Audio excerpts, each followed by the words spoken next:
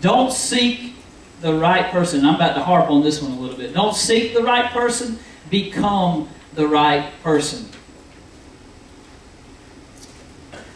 I talked to you just a little bit ago about my biggest fear in life, being afraid of clowns.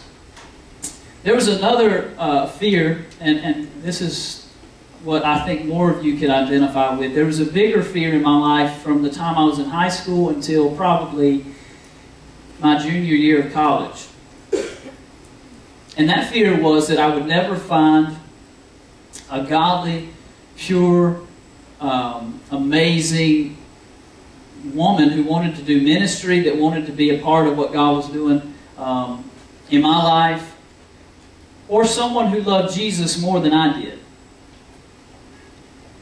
And so I had this big fear that I had to always seek this person. I always had to pursue and I always had to run this race and get, you know, and it was always this thing about, oh my God, am I ever going to be able to find that person? Some of you feel that way right now? Hello? Some singles? You don't have to raise your hand. I don't want to embarrass you. But some of you in your mind right now, you're thinking, am I ever going to be able to find that person? And we focus so much on finding the person that guess what we neglect?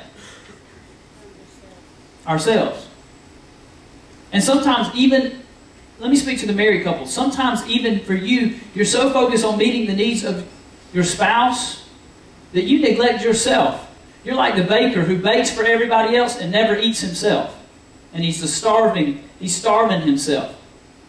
And there's some people in the room today, and myself included, who have been at the place where I was so focused on seeking this person and finding this person that I neglected myself. I didn't develop. I didn't change. I wasn't molded and formed into the person that I was meant to be. Necessarily because I was so focused on finding this person. Let me read this verse to you. I think this may help you out a little bit. It says, "Therefore be imitators of God as dear children, and walk in love, as Christ also has loved us, and given himself for us, an offering and a sacrifice to God for a sweet-smelling aroma." Be imitators of God. See, and then it says, walk in love. The main thing that I want to point out to you here is that if you will get a grasp on who you are, singleness is not a sickness. It's okay to be single. And I didn't think that for the longest time. But it is okay. Because it's a time of development. God's preparing you. It's a time of preparation where God can break you down and mold you and shape you into the person that He wants you to be. So that when you do finally get to where you meet that person and you find the person that you've been seeking and pursuing, you're ready. You're mature. You've grown. You've been shaped and molded. And walking in love, this is a part of walking in love. That it's not always about that other person. That you just love people. That it's not always every time you go out, can I get a number? Or can I do this? Or can I seek this person? And it's about, let me just walk in love. Let me just love the people around me. If I'm imitating God, if my focus is imitating God and being more like Him, then I'm going to be shaped, molded, and formed into who He wants me to be. So that when it comes time for me to meet that person, I'm ready. Amen? How many of you want to be ready? Singles? Raise your hands. You can raise. How many of you want to be ready? When Ross sang a song this morning that I absolutely love, that he said, I just haven't met you yet. And it talked about being prepared for that person. And some of you in the room today, I want to make you at ease today and let you know that it's okay to be single. Okay? Y'all feel good about that, singles? Yes. You okay with that now? Good deal. All right, here's the next one. And this, how many of you've ever, those of you in the room who work on cars, can I see your hand? Okay, a few of them. Okay, how many of you know that I know nothing about cars? I barely know how to change the oil, okay? Barely. Some people said not surprised. I understand. I understand. It's just, cars are a thing that they're foreign to me. I don't really understand them. And I got to be honest and say I really don't care to understand them. But it's a subject that I don't really know a lot about. And so Courtney, my girlfriend, jokes around a lot about me adding coolant or oil to her car or whatever. And the first time, she doesn't do this anymore, but the first time she said, Kyle, are you sure you know how to do that?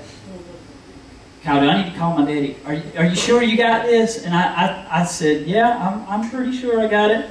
And I did. I might have had to make a phone call. You know, Daddy, how do I do this? I'll be right back. You know, just hiding over there, you know, getting my stuff together. And finally, but I'm about to talk about a subject that I don't really know a lot about. I'm pretty sure that you can figure it out. God made what? Sex. I got to be honest and say I just don't know a lot about the subject, which I'm okay with. I stand before you today very proud that I don't, because God's preserved me. I almost get emotional talking about it because not that hasn't been tough, but I will say this to you. I'm going to be real with you and say that when it has been tough, He's been sufficient for me. That He's been strong for me. That He's been the one who carried me and preserved me and protected me.